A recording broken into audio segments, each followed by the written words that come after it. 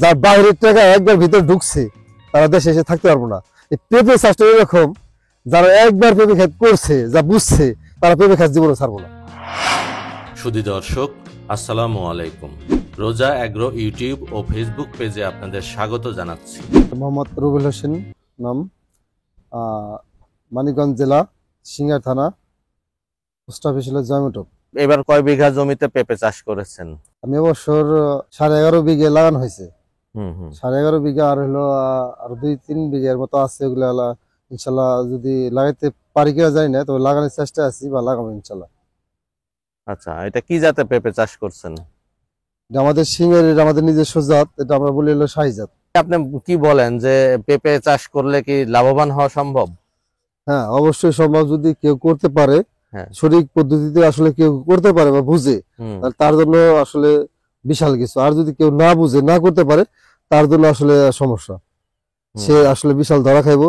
ধরা বলতে এমন ধরা যে সে পঙ্গু হয়ে যাব। না, কি কারণে, কি আপনি বলতেছেন, কি কারণে সে ধরা খাইতে পারে নতুন চাষি? যেমন আপনি পানি দিতে হয়, অনেকে বুঝে না। যেমন পানি দেয়, এই পানিটা বের করে না। পানি যদি আটকে থাকে, কোনো গাছের গোড়া যদি আপনি 1 দিন থেকে 2 দিন পানিটা থাকে, তাহলে সব গাছ নষ্ট হয়ে যাবে, গোড়া পচে যাবে। আর গোড়া পচাটা এমন একটা রোগ, যদি আপনার 1 দিন খালি পানি থাকে, শেষ, তারপর দিন আর ওই গাছ আর বাঁচানো সম্ভব না। আচ্ছা, এই আপনারা এই গাছ থেকে কবে নাগাদ পেঁপে উঠাইতে পারবেন এবং কতদিন পেঁপে উঠান? আমরা এই গাছটা মনে করেন 6 মাস, একটা গাছ মনে করেন 6 মাস পরে আমরা পেঁপে উঠাইতে পারি। আচ্ছা, 6 মাস থেকে উঠাইলে আমরা পরে পুরো 6 মাস হলো যাই বলে উঠেন পর্যন্ত, আর 6 মাস আমরা হলো পুরো বিক্রি করব। এর ভিতরে কোনো নাই, একটা না। আর যদি কেউ চায় পুরান রাখার জন্য, পুরান রাখতে কোনো সমস্যা নাই, সারা বছর বেচতে পারবো। তা এখানে বন্যার পানি উঠে না? যে না, আমাদের এদিকে বন্যা পানি হয় না। ঢাকার পাশে বলে কি আপনারা একটু বেশি দাম পান নাকি এই পেঁপের? জি, ঢাকার পাশে ইনশাল্লাহ এটা ঠিক আছে, যে ঢাকার পাশে দেখি আমরা অন্য মানুষ বেশি 5 টাকা কিলো, আমরা বেশি 10 টাকা কিলো। কি কারণে সেটা? আমাদের ঢাকার পাশে, আবার আমরা ঢাকা নেই, 2 ঘন্টা সময় লাগে আমাদের ঢাকা যাইতে। টাটকা একটা জিনিস, মানে গাছ থেকে ছিলাম, 2 ঘন্টা পরে ঢাকা নিয়ে গেলাম। আর অন্য গাছে আসতে আসতে তাদের 2-3 দিন লেগে যায়। আর আমাদের খরচ কম। আমাদের এখানে ঢাকা নিতে 2000 টাকা গাড়ি ভাড়া লাগে, আর অন্য মানুষের লাগে 20,000 টাকা। মানে এখানে আমাদের সব দিকে আমাদের আছে। নতুন যারা পেঁপে চাষ করবে তাদের উদ্দেশ্যে কিছু বলবেন? নতুন যারা করবে, যদি সঠিক পদ্ধতি নিয়ে করতে পারে, ইনশাল্লাহ সে লাভবান হইব ইনশাল্লাহ। কিন্তু আর যদি সে না বুঝে, কারো কাছে বুঝুক বা বুঝে যদি করতে পারে করবো। আর তাছাড়া এমনি যদি কেউ না বুঝে, তাহলে এর ভিতরে না আসাটাই ভালো। এই 5 মাস আপনার এই গাছগুলায় এর মধ্যে কি কি পরিচর্যা করছেন বলেন তো? সার কতবার দিচ্ছেন? কীটনাশক কিছু লাগছে কিনা? কীটনাশক তো অবশ্যই লাগছে, আর সার এই পর্যন্ত মোটামুটি 2 থেকে 3 বার দেওয়া হয়েছে। কি কি সার দেওয়া হয়েছে? এখন অত এরকম কিছু লাগে নাই, টিএসপি আর শুধু পটাশ। ইউরিয়া দিতে হয় না? না, ইউরিয়া এখন দেওয়া যায় না। ইউরিয়া দিলে আপনার গাছ লম্বা হয়ে যায়, লম্বা হলে ক্ষতি হয়।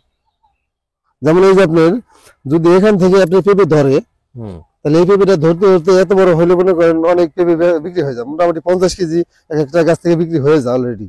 আর এই গাছটা দেখেন এমনিতেই তার বাইরে গেছে। এই গাছটা পেঁপে এখন এত বড় হইব, তারপরে আপনি বিক্রি করা যাবে। যখন নাকি বড় হয়ে যাবে তখন তো সমস্যা, সেটা হোক ঝড় হয়ে সমস্যা, আবার পেঁপেও কম পাইতেছি, নানান দিকে সমস্যা। আর অন্যান্য কিছু দিতে হয় নাই সার? না, এখন আর অন্য কিছু দেওয়া যায়, কিন্তু গাছ যদি আপনার না বাড়ে, যদি গাছ দুর্বল থাকে, তাহলে সালফার অমুক তমুক অনেক কিছু দেওয়া যায়। আপনার গ্লোজিন দস্তা আছে, মানে নানান ধরনের আছে, কিন্তু ওগুলো এখানে প্রয়োজন হয় না। গাছ ভালো দেখে আপনার এত কিছু প্রয়োজন হয় নাই। আর পটাশ আর টিএসপি দিলে গাছটা মোটা হয় বেশি, অন্য কিছু না দেয়। আচ্ছা, গাছটা আপনার গ্রোথ ভালো থাকে এবং গাছ খাটো থাকে। আচ্ছা, সারটা আপনারা দেন কিভাবে? রিং পদ্ধতিতে নাকি গাছের গোড়াতে দিয়ে দেন? যদি কোনো সাথী ফসল থাকে, থাকলে রিং করে দিই। আর যদি ফসল না থাকে, তাহলে আমরা বুনে দিই, ছিটাই দিয়ে দেন। ছিটিয়ে দিয়ে আমরা চাষ করি ভিতরে। 1 বিঘা জমিতে কতগুলা গাছ থাকে এবং 1 বিঘা জমিতে কত টাকা পেঁপে বিক্রি করা সম্ভব? 1 বিঘাতে আপনার গাছ থাকে 350-300। যদি আপনার এখানে 400 থাকে, যেমন আমাদের এইদিকে হলো 26 বিঘে, 1 বিঘায় 26। আর আমাদের ওদিকে আছে আবার হলো জৌনপুর ওই সাইডে আছে আপনার হলো 35 বিঘে। 35 বিঘে লাগে 400, আর 26 বিঘে লাগে 300 ছাড়া। এখানে 300 চারা আর আপনি 2000 করে করেন, আপনার তাতে 6 লক্ষ টাকার মতো মনে হয় হুম হুম হুম নর্মালি হিসেব। 6 লক্ষ টাকা পেঁপে বিক্রি করা সম্ভব? এক বিঘাতে সম্ভব, এর থেকে বেশি হয় হুম। কিন্তু ওইটা না, নর্মালি ভাবে যদি সে কেউ করতে পারে ভালো হয়, তাহলে 6 লাখ টাকা সম্ভব যে কোনো ভাবে। আর খরচ কেমন হবে 1 বিঘা জমিতে? 1 লক্ষ টাকার মতো খরচ হবে। তার মানে 1 বিঘা জমিতে পেঁপে চাষ করে 5 লক্ষ টাকা লাভ করা সম্ভব? সম্ভব, সে করতে পারলে। তাহলে এই যে বাংলাদেশের অনেক চাষি বলে যে আমার লাভ হয় না, কৃষি কাজে লাভ নাই, এটা কেন বলে? যারা না করতে পারে তাদের কাছে সমস্যাই, আসলে নতুন যারা না বুঝে, হ্যাঁ। যেমন আমি বলতেছি কারো কাছে সাজেশন ছাড়াই আছে না, এরকম অনেক হয়। মনে করেন আপনার পানি দিলাম, পানি বের করলাম না, পানি বেশি করে রেখে দিলাম, জমাই রাখলাম, ওই জমাট করলে ওর গাছ পুরোটাই বাদ হয়ে যাবে, একদিনে শেষ, মারা যাবে।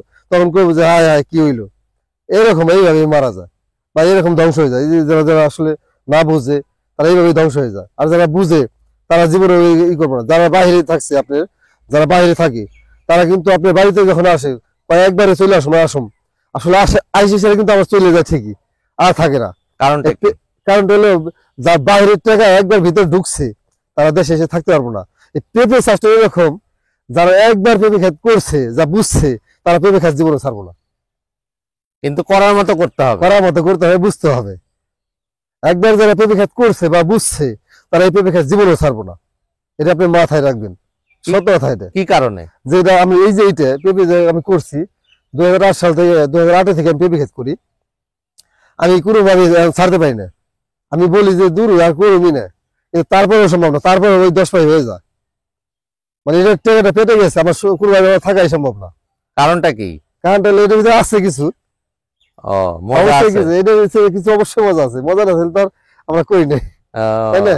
আপনি কি মনে করেন হাইব্রিড পেঁপে চাষ করা উচিত, যেটা ইয়ের পাকা পেঁপে হিসাবে, নাকি কাঁচা পেঁপে হিসাবে পেঁপে চাষ করা উচিত? কোনটা ভালো লাভ? আমরা যেটুকু জানি, আমাদের যে মানিকগঞ্জ, সিঙ্গার বা ঢাকার ভিতরে যারা আছে, এখানে এই গ্রিন লেডি বা টপ লেডি, শাইল বা অমুক যাই লেডি আছে, এই যে এইগুলো আমাদের সাথে ম্যাচিং হয় না। আর আমাদের যে সিঙ্গার এই জাতগুলো, যে আমাদের মানিকগঞ্জের যে জাতগুলো, এই জাতগুলো হলো আপনার এই আবহাওয়ার সাথে ম্যাচিং হয়, বুঝছেন? যেটা হলো এইটা হলো কথা। আর এই অন্যান্য জাত যেগুলো আছে, এগুলো আমাদের দেশে হয় না। এগুলো যারা লাগাইবো তারা সবচেয়ে বড় ধরা খাইবো। মানিকগঞ্জে কোনো হাইব্রিড জাতীয় পেঁপে চাষ হয় না? জি না। আর যা যদিও কেউ লাগায়, যে শখ করে আমরা একটু দেখার জন্য লাগাইছি, তারাই মনে করেন মরছে। কারণটা কি? কারণটা হলো এই যে আমাদের যে আবহাওয়া, এই আবহাওয়ার সাথে ম্যাচিং হয় না। ও, আবহাওয়া এবং মাটি। জি, মাটির সাথে বা আবহাওয়ার সাথে ম্যাচিং হয় না, ওই গাছ লাগালে গাছ নষ্ট হয়ে যায়। যেমন আপনি যতই যত্ন করেন ওই গাছ হয় না। আর আমাদের এই জাতটা হলো সার বিষ, মানে একবার সর্বোচ্চ, মানে কোন রকম হইলেই হয়ে যায়। কেউ যদি এই চারা কিংবা বীজ চাই, তাহলে এটা কিভাবে সংগ্রহ করতে পারে বলেন তো, আপনাদের এই জাতটা? আমাদের এখানে আসলে আমাদের গাছ যখন হয় তখন পেঁপে নিয়ে এই করব, সংগ্রহ করব, নিজে রোপণ করে লাগাইবো। পেঁপে থেকে নিজে বীজ সংগ্রহ করে ওটা নিজে চারা দিয়ে চারা করে লাগাইবো। আচ্ছা, আপনাদের এই এলাকায় কি কৃষি অফিসাররা আসে না জমিতে? হ্যাঁ, আসে, পরামর্শ দেয়? পরামর্শ দেয়, পরামর্শ আমরাও দিই, এরাও দেয়, আমাদের সাজেশনে মানে একমত হয়ে আমরা একটা কিছু করি। তার মানে কৃষি অফিসারদের আপনারা পরামর্শ দেন? জি, অবশ্যই দিই। তারা কি কম বুঝে আপনাদের থেকে? না, কম বোঝা সেটা বড় কথা। বড় কথা হলো আমরা হলো প্র্যাকটিক্যালি একটাই, হ্যাঁ, কৃষি অফিসার ঠিক হয়েছে, হলো পড়ালেখা করে হয়েছে, আর আমরা হলো প্র্যাকটিক্যালি কৃষি অফিসার। আমাদের কাছ থেকে সাজেশন না দিয়ে এরা কিছু করতে পারবো না। এরা কৃষি অফিসার ঠিক আছে, কিন্তু এদের সাথে বড় কৃষি অফিসার আমরা, এটা সত্য কথা। আমরা হলো প্র্যাকটিক্যালি করে করে বুঝতেছি যে এটা লাগবে, আর হ্যাঁ হলো পড়ালেখা করে তারা সাজেশন দেবো ভাই এটা দিন। কিন্তু এদের যে অবস্থা, মানে যে হেরা যেভাবে বলে, যদি আমরা করি তাহলে আমাদের খ্যাতি করা যাবো না, আমাদের হইবই না কিছু। হেদের পরামর্শ করতে গেলে ভাই লাগবে এখন 1 মুঠ 2 মুঠ সার। এখন যদি আমি 1 মুঠ সার দিতে বলবো যে 50 গ্রাম দিন, 50 গ্রাম তো আমার হইব না, আমার মাটির সমস্যা আমি জানি। এটা আমি জানি যে আমার মাটির সমস্যা, ওখানে আমার লাগবে 2 মুঠ। এখন যদি আমার বলে 1 মুঠ দাও, তাহলে তো আর হইলো না। কৃষি অফিসার তো বলবো বই দেখে যে ভাই এই গাছটায় আমার এত গ্রাম 50 গ্রাম দেওয়ার দরকার, আমার লাগবে তো 100 গ্রাম। আপনি খাবেন এলো মনে করেন 2 কেজি চাউলের ভাত, এখন সেখানে যদি আমার দেন যে 1 পা চাউলের ভাত, তা কি সম্ভব? না না না, তাহলে তো আমার খিদাটা থেকে গেল না। সেটাই সেটাই বুঝলেন? এটা তো আমি জানি যে ভাত আমি 1 কেজি চাউলের খাই, তাহলে আমি 1 পা চাউলের খাইবে, এটা তো আমি বুঝতেছি, কৃষি অফিসার তো বুঝবো না।